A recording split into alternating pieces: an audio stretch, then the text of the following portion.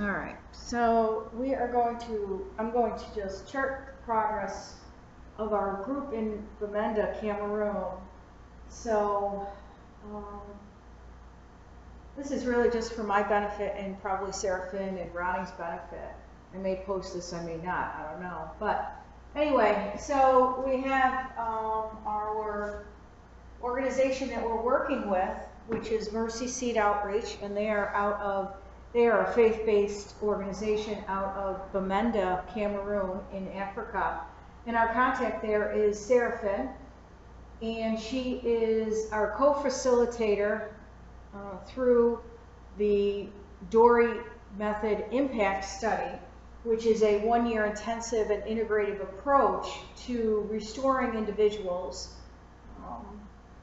in their well-being amongst many other methodologies, actually 9 other methodologies that I teach. It's really hard to talk about this because there's like so much information and I have so little time on these videos because most of the time people don't want to spend several hours watching or listening to me talk. So I'm hesitant in what to actually speak about and what not to speak about because I could literally talk for 24 hours a day on what I teach. So you'll have to bear with me, but I teach 9 different methodologies. And if you're interested in specifics and more details of all of that, then you should probably contact me. And my email address is kathysue1@roadrunner.com, and I'll put my contact information down below this video when I post it on YouTube. And I guess I should introduce myself. I'm Kathysue Dorey. Hi. And I am the developer of the Dorey Method Impact Study. And it's something I've been doing since actually I started it in 2011, the latter part of 2011. And in 2012, it became a pilot inquiry. And I began that in London, England. And I worked with a domestic violence organization out there. And at that time, it was only a 5-day program. And after I did that, and it was a huge success, but after I did that, I realized that it probably needed to be a longer program and more of an impact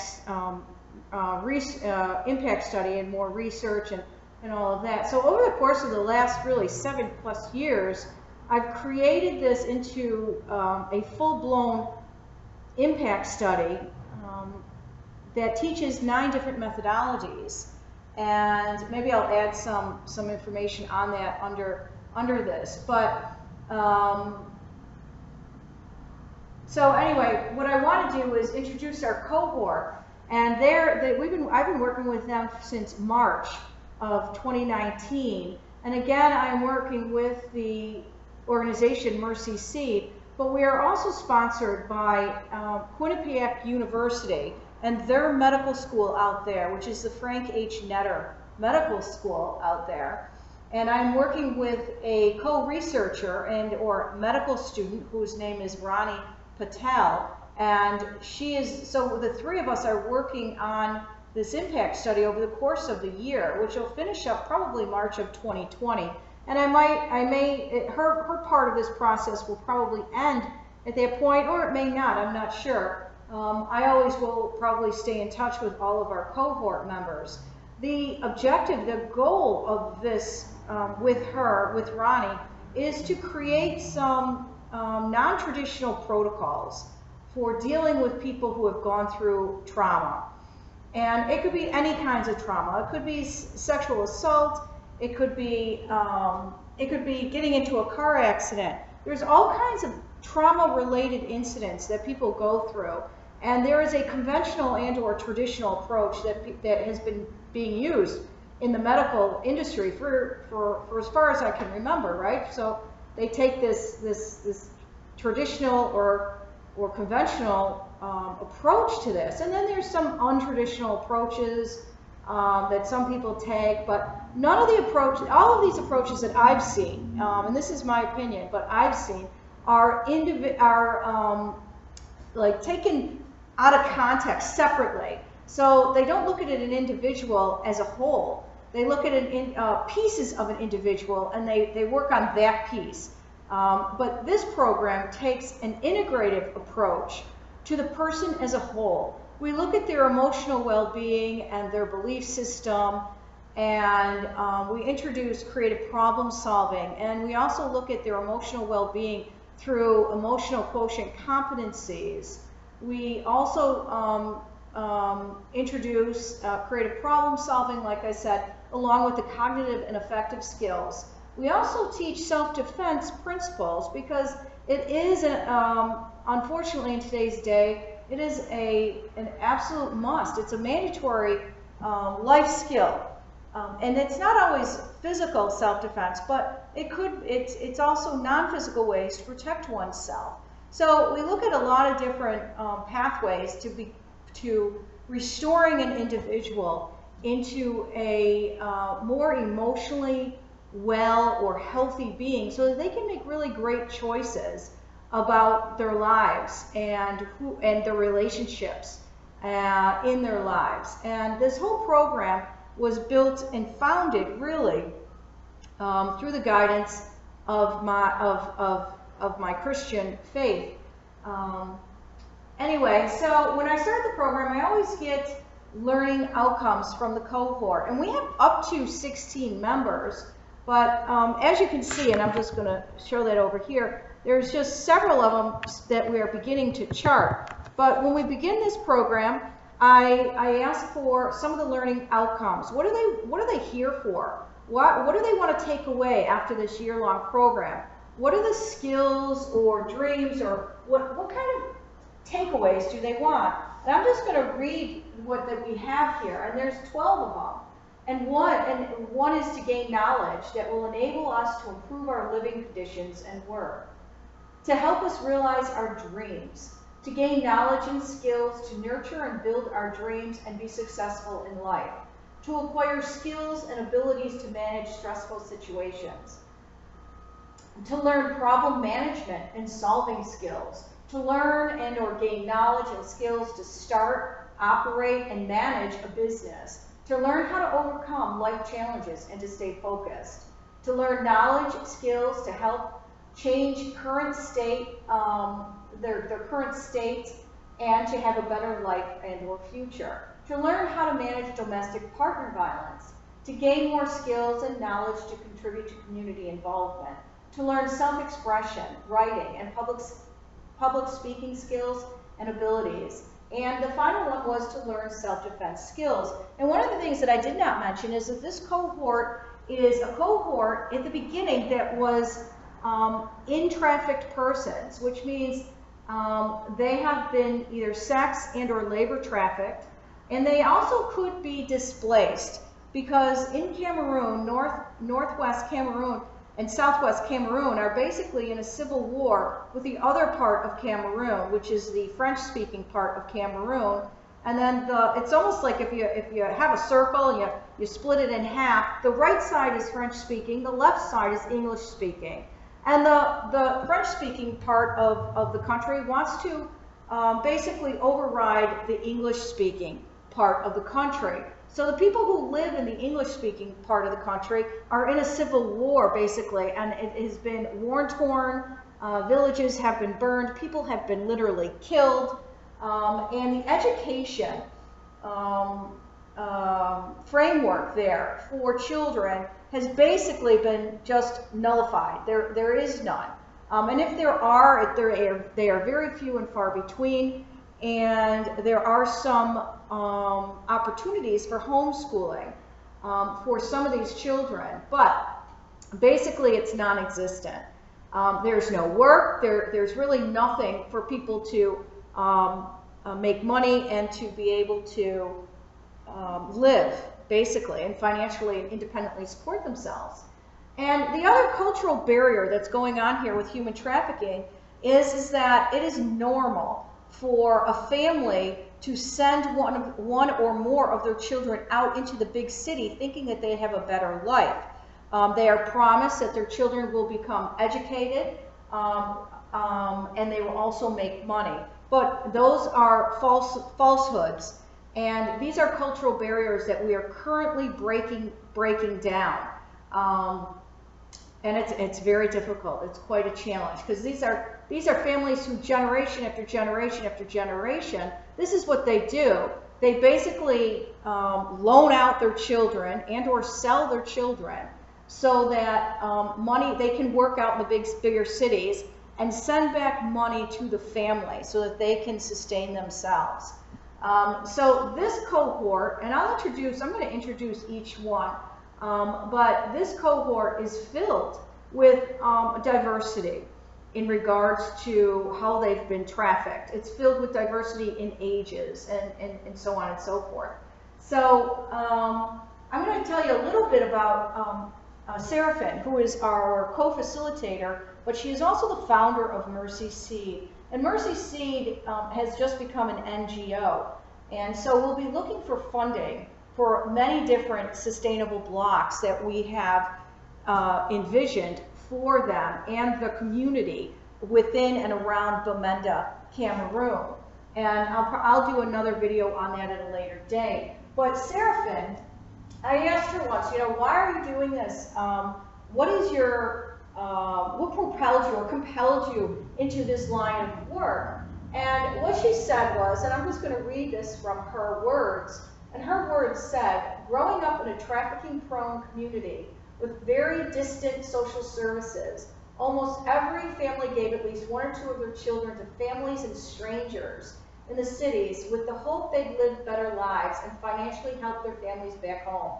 Most children taken to the cities forfeit their education and freedom, thus end up as domestic servants, cleaners, street hawkers, and work in grinding mills.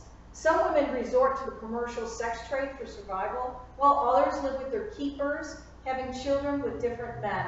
Many come back critically ill, dying of sicknesses that can't be treated. This trend has become an acceptable way of life for our rural communities, where children continue to be manipulated and or coerced into the cities. While studying in the city, Seraphin saw how in-trafficked persons lived, which is where her mission to educate them on the issues of trafficking and modern-day slavery was born.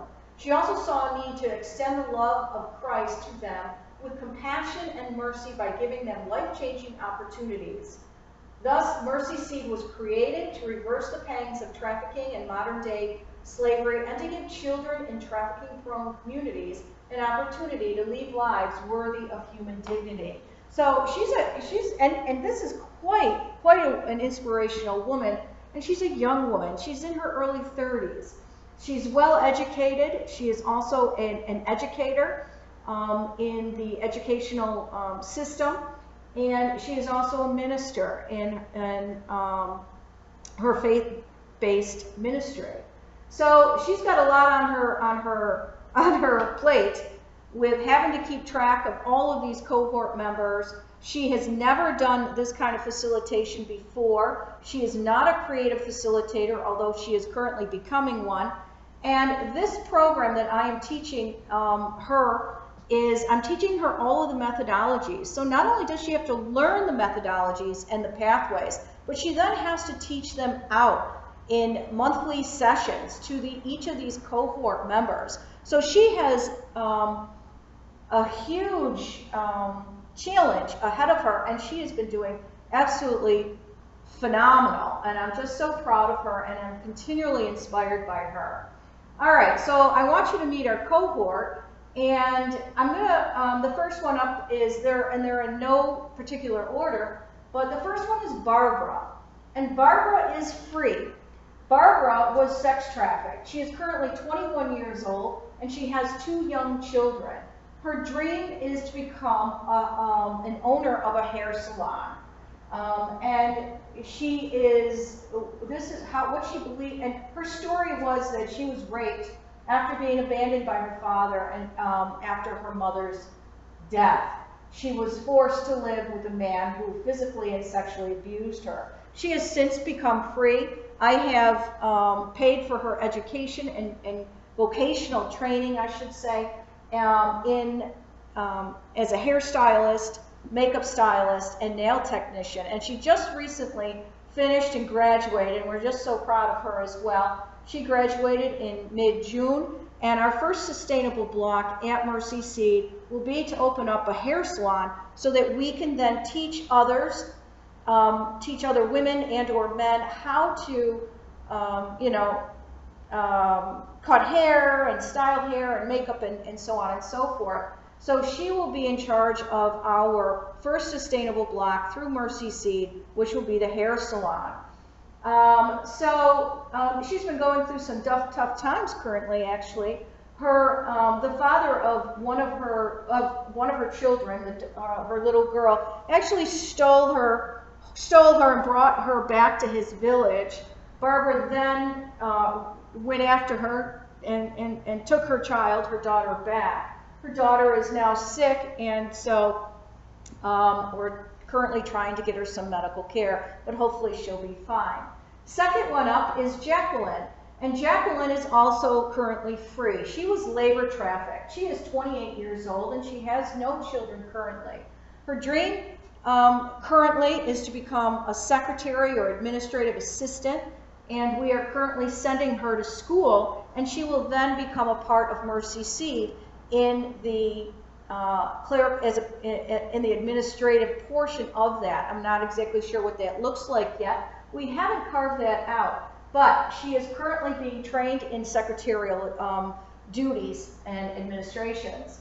So her story is that she was brought to the city by her brother at the age of 10, and she struggled on her own to survive and has subsequently worked as a domestic servant without being paid the agreed upon price. And she did this for many, many years. But she is currently, like I said, safe and out of that situation. The next one is Faith. And Faith is a 15-year-old little girl who was labor trafficked for 5 years. Her dream was to become an educator and or teacher. She is a child that I actually sponsor, and will sponsor her through her education, which will be a minimum of 3 years. And for $25 a month, I have sponsored her and purchased a phone for her to stay in contact with her. She is an amazing young lady who is extremely determined. She is currently free and living with her uncle, and she will be going back to school very soon if there is a school opened in the next month or so, and if not, we are looking at some homeschooling options for her. Her story is that she was trafficked by her teacher when she was just 10 years old. And she was labor trafficked and worked with her keeper, but has since, like I said, left and is free and safe. Next up is Florence. Florence is also recently free. She is 15 years old as well. She has no children, and I think I forgot to say Faith also has no children. Her dream is to become a nurse. She has also been sponsored by our co-researcher Ronnie and her future husband. So Florence is out of the at-risk situation and safe. Her situation was that her mother and father were separated. Her mother was responsible for her upbringing and was her sole protector. Her mother died when she was 7 years of age and in primary 3 elementary school. She was taken to her grandmother to be cared for, and at the age of 10, she was trafficked to another part of the area near Bamenda to live and work with a woman who promised to take care of her and send her to school. But the promise wasn't kept, like it usually is not. And she lived with her keeper for close to 5 years, and she finally escaped. So she is also currently free, and we're really very excited to see where her life will lead, especially since she has been given the opportunity to also go back to school. So we're hoping that Florence and Faith together will begin school in the near future, and again, they may have to become homeschooled. All right, next up is Cynthia, and Cynthia is she is 23 years old. She has 1 child, and she, up until just about a week ago, was currently being sex trafficked, and but I believe she's out of the situation. She is living with another person, and she is currently safe, but I still have to check on that. You know, sometimes they leave that horrible environment, and then they have to go back out of necessity. So I still have to check on that, but my hope is that she is finally out of that very bad situation where she was physically abused and beat many times throughout the day. Her dream is to become a nurse. Getting back to Florence, her dream is also, I think I forgot to say, to become a nurse. Cynthia's dream is also to become a nurse. She is an extremely positive, optimistic person. Her story is that her sister brought her to the city to live with her, but it didn't work out, and she did domestic servitude in different homes. Now, and prior to her leaving her current situation, she sold sex for survival. But we're hoping that she is finally out of that. Next up is Brenda Lynn, and she is 22 years old, and she has one child. Her dream is to become a hairdresser. She is currently being trafficked in the sex trade as well as the labor trade. Her story is that she was trafficked from a small town out from Bamenda at a very young age, and has worked as a domestic servant for years. She's also works as is being sexually exploited to survive, and I believe she has been trafficked for over 10 years. But I do have a question. I do have a post-it note. You can see right here. It says free, and I have to talk to Seraphin to see if indeed she has escaped and gotten out of that bad situation. One of the challenges that we've been having, Seraphin and I, is that there's no electricity in northwest Cameroon. So our correspondence has been limited.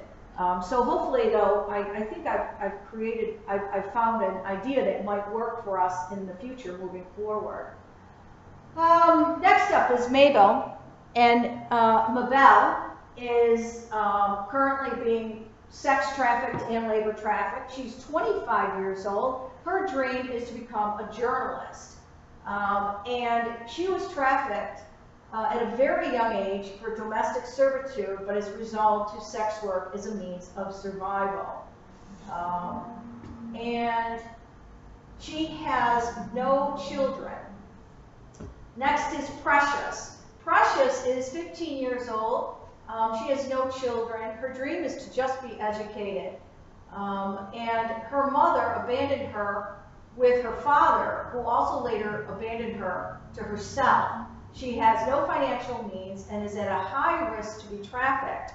And what happens is a lot of these people, when they're displaced or trafficked or they leave their environment, what happens is they kind of just, you might want to understand the term couch surf, but they just kind of live with others until they can find a more suitable or permanent shelter. So a lot of times these people are going from house to house on a temporary basis.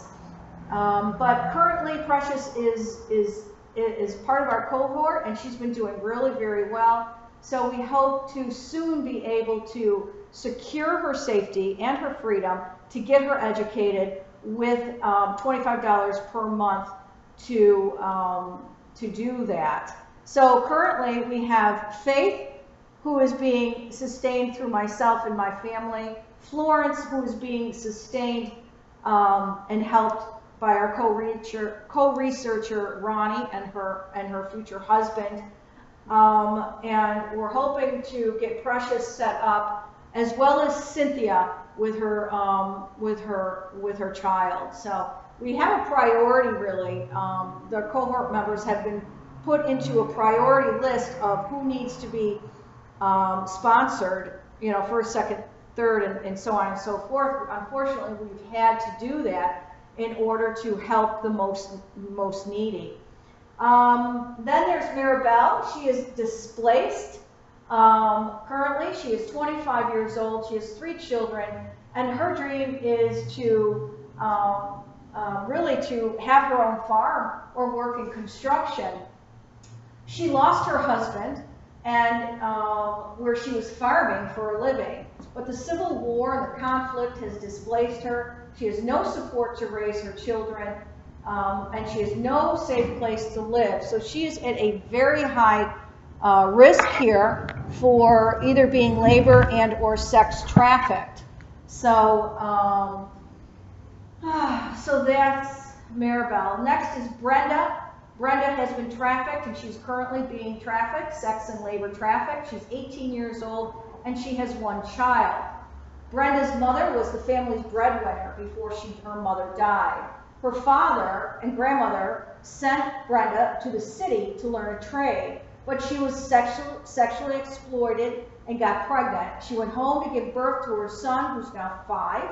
She couldn't meet her financial needs and was left vulnerable to a trafficker who, with the assistance of her father and grandmother, took her away. She is currently being sex trafficked. And Brenda, you can see, well, you probably, Brenda, which is right here, you can see she has less information up there than the rest of them. And that basically is because Brenda has come to, out of the 6 or 7 sessions we've had, she's come to maybe just a couple, because a lot of these cohort members who are still being trafficked and who aren't free are on very restrictive movements, meaning they can't really leave either their household or their little area that they're in. Their keepers and or traffickers keep them pretty well within limits. But sometimes they're allowed to come out and sometimes they're not. So that is why Brenda has less information here. The next one is Adela, and Adela has also been displaced because of the Civil War conflict. She is 29, and she is our oldest cohort member currently. She has 3 children, and her dream is to become a business owner and or entrepreneur. She is an extremely caring and loving person and has a great sense of reserve about her. Her story is that, again, she was displaced because of the Civil War in Cameroon. The final cohort, active, I should say, cohort member is Concelia, and she is also internally displaced. She is 29 as well, so we have two of our oldest cohort members, Adela and Concelia. She has 4 children, and her dream is to become a business owner. I don't have very much. She has only come to our cohort meetings twice, and she just came to our last session, so I was really, really excited to see her still available. Now, at the end here, actually, I'm just going to push this forward. You're going to see our missing cohort members. And these are members who we originally spoke to back in the fall, actually, of 2018. Let me see if you can see that. Yeah. So we have Lawrence, and he's the only male in our cohort at this time. Now, when I say missing, it's because we have not we haven't been in contact with these 5 individuals in quite some time.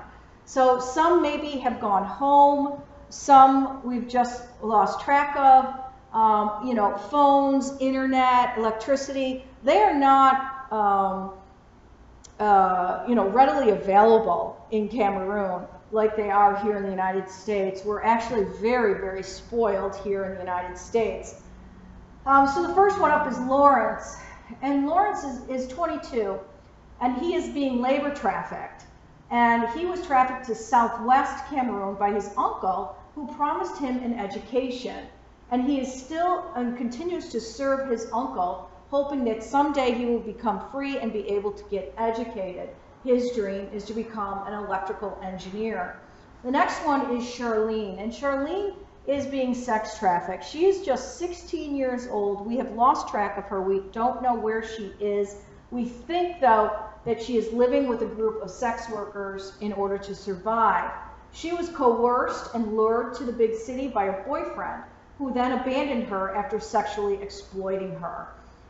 So again, that's Charlene, and we are actively always in great hope that we will find her again and be able to help her. Next one is Rafina, and Rafina was coerced by a sex trafficker to Bamenda and was later abandoned to the streets after being sexually exploited. She currently lives with a man for survival and succumbs to his sexual advances and has since just given birth to a child. She is 17. We think we know we actually know her whereabouts, but we are not allowed, we can't really safely speak with her or anything like that. Next one is Sherry. Sherry is 23 years old, and she was trafficked, again, from a small subdivision outside of Bamenda, and she was trafficked to work as a domestic servant and is currently living extremely restrictively with her masters.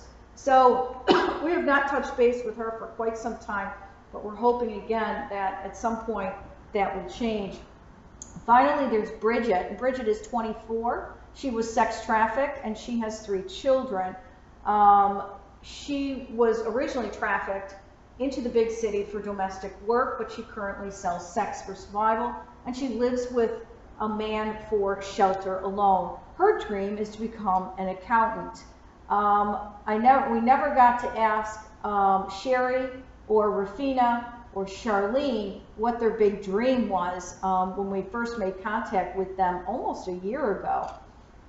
So that's about it for the introduction of our cohort members. Now, during all this time, we start the sessions with, what are their dreams, and we want to get them to dream again.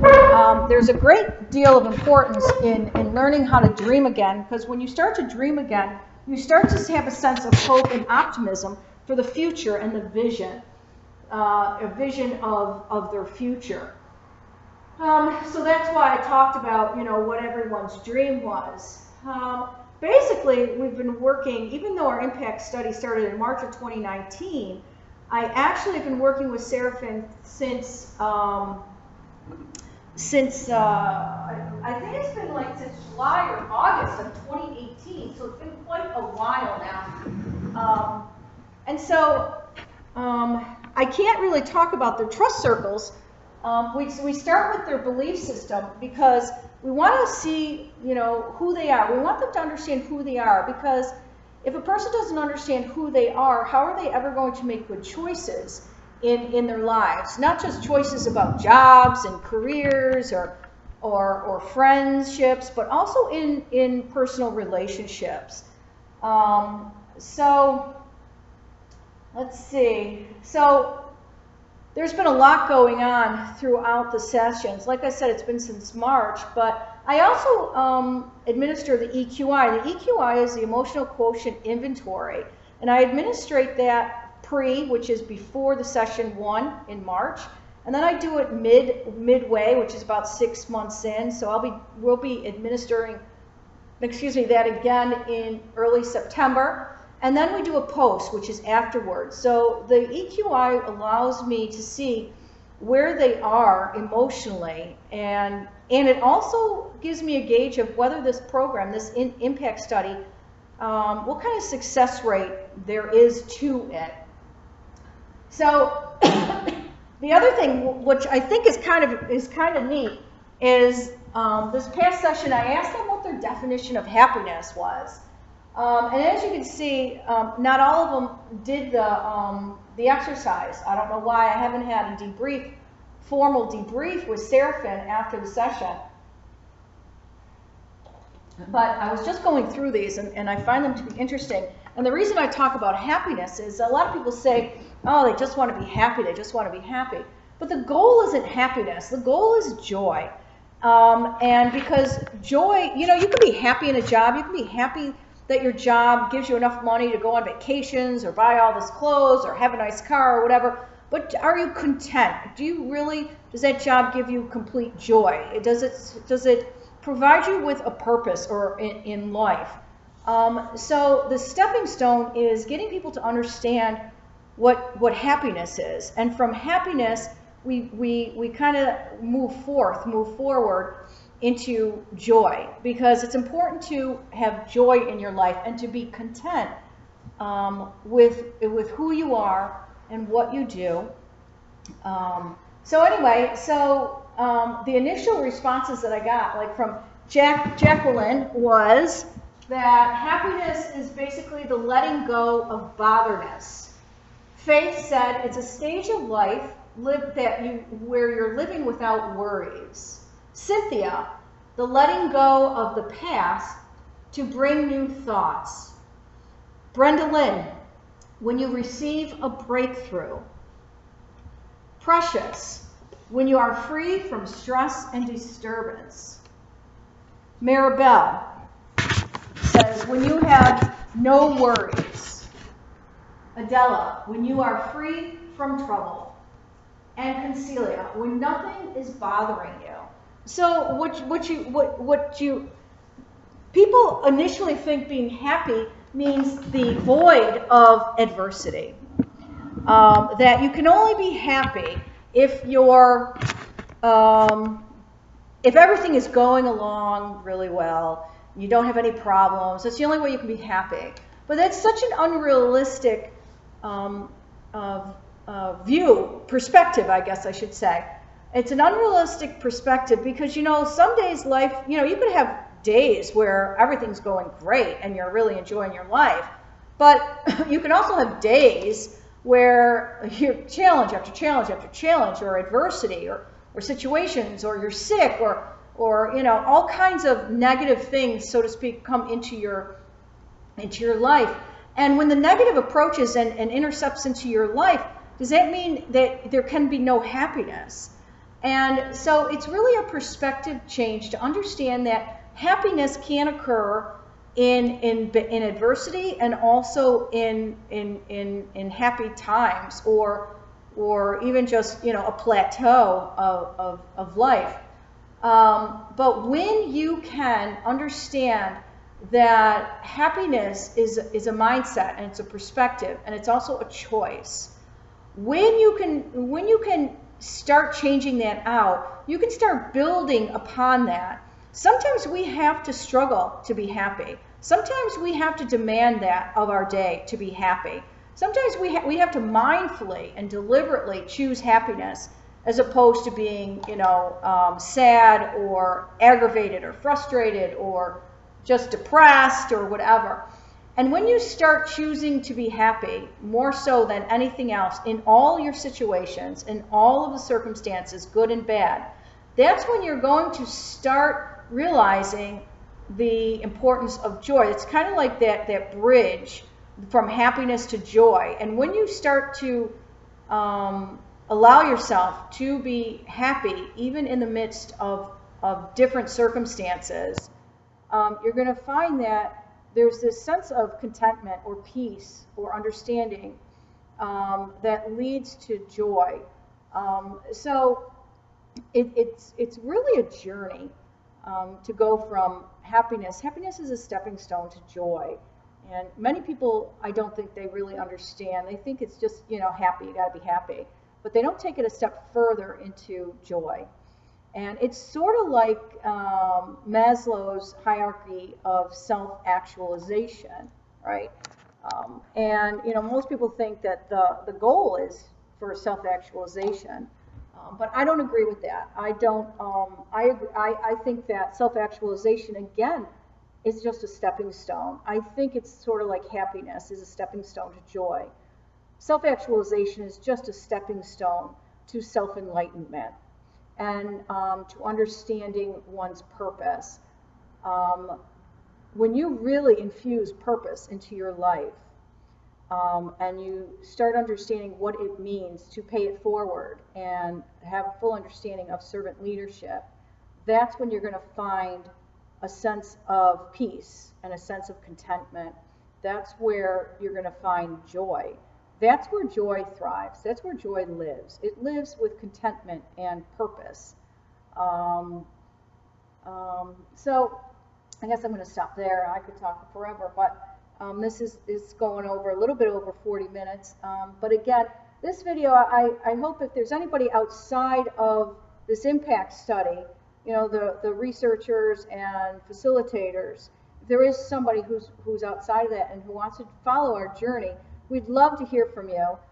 Most importantly, we would love your prayers, because these cohort members need it. We need it. And prayers for just a successful journey through over the next 6+ months.